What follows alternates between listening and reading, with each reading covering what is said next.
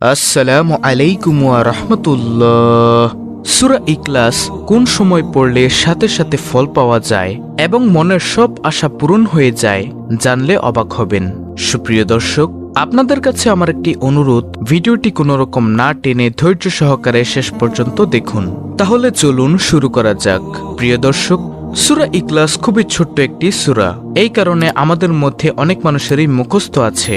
যারা পবিত্র কোরআন শরীফ পড়তে জানেন তাদের, এবং যারা পবিত্র কোরআন শরীফ পড়তে জানে না তাদের মধ্যেও অনেক মানুষের জানা আছে। অনেক ইমাম রয়েছেন যারা সূরা ইখলাস অনেক ছোট্ট কিন্তু অনেক ফজিলতপূর্ণ হওয়ার কারণে তারা প্রায় সময় নামাজের মধ্যে সূরা ইখলাস পাঠ করে থাকে। আর সূরাটি খুব ছোট্ট হওয়ার কারণে মানুষের মুখস্থ হয়ে যায়। তারপরেও যাদের মুখস্থ নেই তাদেরকে আমি আজকের এই আমলটি বলে দেওয়ার পর মুখস্থ করানোর চেষ্টা করব ইনশাআল্লাহ। তার আগে আমি আপনাদেরকে জানাবো আমলটি কিভাবে করবেন, কোন নিয়মে পড়তে হয় এবং সূরা ইখলাসের কিছু ফজিলত সম্পর্কে আমি আপনাদেরকে জানাবো ইনশাআল্লাহ। তারপরে আমি যাদের সূরা ইখলাস মুখস্থ নেই তাদেরকে মুখস্থ করানোর চেষ্টা করব। সূরা ইখলাসের বর্ণনা করতে গিয়ে সূরা ইখলাসকে পবিত্র কোরআনের 1/3 বলা হয়েছে। তাহলে একবার শুনুন এই সূরা ইখলাসের কত গুরুত্বপূর্ণ ফজিলত রয়েছে। একবার এক সাহাবী নামাজের প্রতি 2 রাকাতের মধ্যে একবার সূরা ইখলাস পড়তেন।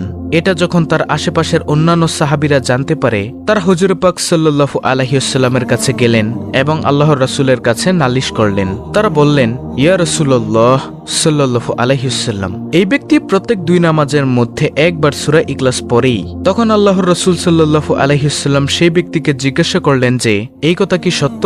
তুমি প্রত্যেক 2 রাকাত নামাজের মধ্যে একবার সূরা ইখলাস পড়ো? তখন সেই সাহাবী বললেন, ইয়া রাসূলুল্লাহ সাল্লাল্লাহু আলাইহি ওয়াসাল্লাম, জি হ্যাঁ, আমি প্রত্যেক 2 রাকাতের মধ্যে একবার সূরা ইখলাস পাঠ করি। তখন আল্লাহর রাসূল সাল্লাল্লাহু আলাইহি ওয়াসাল্লাম জিজ্ঞাসা করলেন, কেন?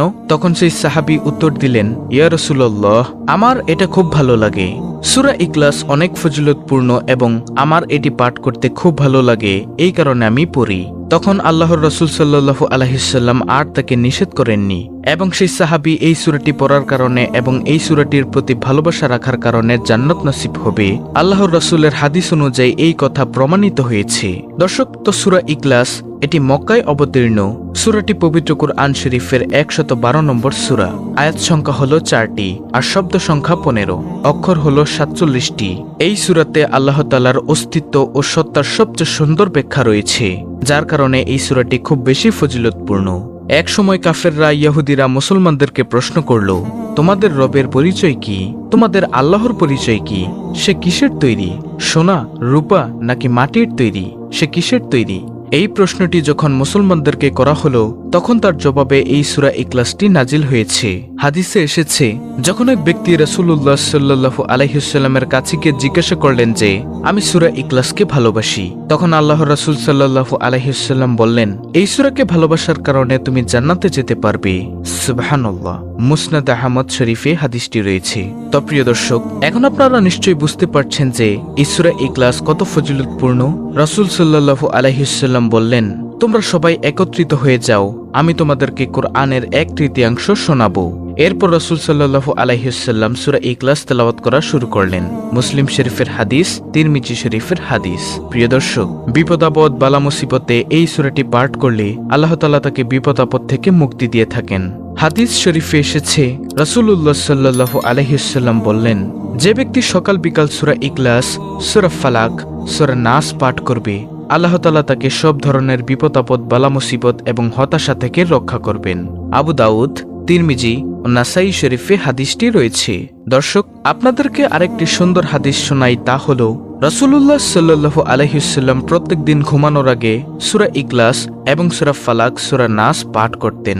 এরপর তার 2 হাতে ফু দিয়ে পুরো শরীর এবং মাথা মাসেহ করতেন, তারপর ঘুমিয়ে পড়তেন।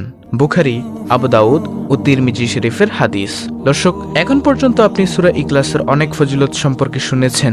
এখন আমি আপনাদেরকে জানাবো সূরা ইখলাস কতবার এবং কখন পাঠ করলে সাথে সাথে মনের সব আশা পূরণ হবে এবং সব ধরনের বিপদ আপদ থেকে বাঁচতে পারবেন।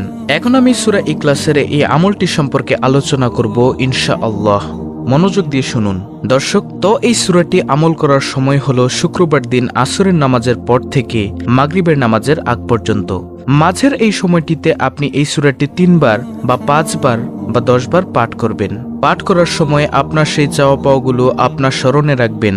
ধরুন আপনি কোনো শত্রুর শত্রুতামি থেকে রক্ষা পেতে চান, তাহলে তার স্মরণে নিয়ে সূরা ইখলাস 3 বার, 5 বার বা 10 বার শুক্রবার আসরের নামাজের পরে মাগরিবের নামাজের আগ পর্যন্ত পাঠ করবেন।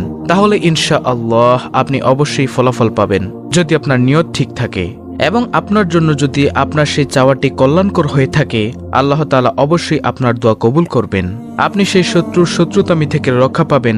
আর যদি আপনি কোনো বালা মুসিবত কিংবা কোনো দুঃখ কষ্ট দূর করার জন্য এই আমলটি করতে চান, তাহলে সেই বালা মুসিবতকে স্মরণ করে বা সেই দুঃখ কষ্টকে স্মরণ করে আপনি শুক্রবার আসরের নামাজের পর থেকে মাগরিবের নামাজের আগ পর্যন্ত এই সূরাটি 3 বার, 10 বার অথবা 5 বার পাঠ করবেন।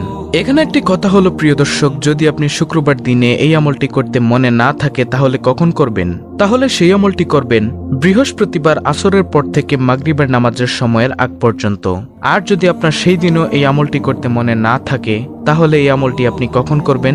তাহলে এই আমলটি করার সময় হলো আপনি পুরো সপ্তাহের মধ্যে যখনই আপনার স্মরণে আসুক আপনি 2 রাকাত নামাজ পড়বেন, অর্থাৎ আপনি একটু ভালো মুহূর্ত বেছে নেবেন, তারপরে 2 রাকাত নামাজ আদায় করবেন, তারপরে ভালোভাবে মনোযোগ দিয়ে 3 বার অথবা 5 বার অথবা 10 বার এই আমলটি করবেন, কোনো একটি উদ্দেশ্য মাথায় নিয়ে, অর্থাৎ আপনার ইচ্ছা ভাবার সাথে সাথে এই আমলটি করবেন, তাহলেই হয়ে যাবে। দর্শক, এভাবে যদি আপনি ছেলে সন্তানকে ভালো রাখার জন্য বা স্বামী স্ত্রীর মধ্যে বেশি বেশি সম্পর্ক ভালোবাসা হওয়ার জন্য এই আমলটি আপনি করতে পারেন। এখন যাদের সূরা ইখলাস মুখস্থ নেই, আমি তাদেরকে সহিষ্ণুভাবে শেখানোর চেষ্টা করব ইনশাআল্লাহ। আপনারা আমার সাথে সাথে বলার চেষ্টা করুন এবং আমি বাংলা উচ্চারণ সহ স্ক্রিনের মধ্যে সূরা ইখলাসটি দিয়ে দিয়েছি, আপনারা সেখান থেকে মুখস্থ করে নেবেন। সূরা ইখলাসটি হলো বিসমিল্লাহির রহমানির রহিম, কুল হু আল্লাহু আহাদ, আল্লাহুস সামাদ, লাম ইয়ালিদ ওয়া লাম ইউলাদ ওয়া লাম ইয়াকুল লাহু কুফুয়ান আহাদ। এই সূরাটি কয়েকবার পড়লে আমি আশা করি আপনার মুখস্থ হয়ে যাবে। আপনি মন দিয়ে মনোযোগ দিয়ে ভালোভাবে মুখস্থ করার চেষ্টা করুন, আমি আশা করি আপনি মুখস্থ করতে পারবেন এবং আপনার ইচ্ছা আকাঙ্ক্ষা অবশ্যই পূরণ হবে, এতে কোনো সন্দেহ নেই। কারণ কোরআনের আমল, কোরআনের দোয়া কার্যকর হবে না এমনটা হতে পারে না। আপনি যদি নিয়ম অনুযায়ী ভালোভাবে আমলটি করেন তাহলে অবশ্যই এই আমলের ফল পাবেন। আর যদি আপনি এই আমলের নিয়মটি ভালোভাবে না শুনে থাকেন তাহলে আমি অনুরোধ করছি আপনি ভিডিওটি আরও একবার দেখুন এবং নিয়মকানুনটি ভালোভাবে শুনুন, তারপরে আমলটি করুন। দর্শক, এই পর্যন্ত আপনি জেনে নিলেন এই আমলটি কিভাবে করতে হবে এবং কখন করতে হবে এবং কোন সময় করতে হবে। সূরা ইখলাস সম্পর্কে সর্বশেষ একটি হাদিস শুনিয়ে আমি ভিডিওটি শেষ করব। হাদিসটি খুবই সুন্দর। হযরত জাবের ইবনে আব্দুল্লাহ রাদিয়াল্লাহু তাআলা আনহু থেকে বর্ণিত, রাসূলুল্লাহ সাল্লাল্লাহু আলাইহি ওয়াসাল্লাম ইরশাদ করেছেন, যে ব্যক্তি 3টি কাজ ঈমানের সাথে করতে পারবেন সে জান্নাতের যে কোনো একটি দরজা দিয়ে প্রবেশ করতে পারবেন। সুবহানাল্লাহ। তার প্রথম কাজটি হলো যে ব্যক্তি হত্যাকারীকে ক্ষমা করে দিবে। দ্বিতীয় কাজটি হলো যে ব্যক্তি গোপন ঋণ পরিশোধ করবে। আর 3য় নম্বর কাজটি হলো যে ব্যক্তি প্রত্যেক ফরজ নামাজের পর 10 বার সূরা ইখলাস পাঠ করবে, সে ব্যক্তি জান্নাতের যে দরজা দিয়ে প্রবেশ করতে চাইবে সেই দরজা দিয়ে প্রবেশ করতে পারবে।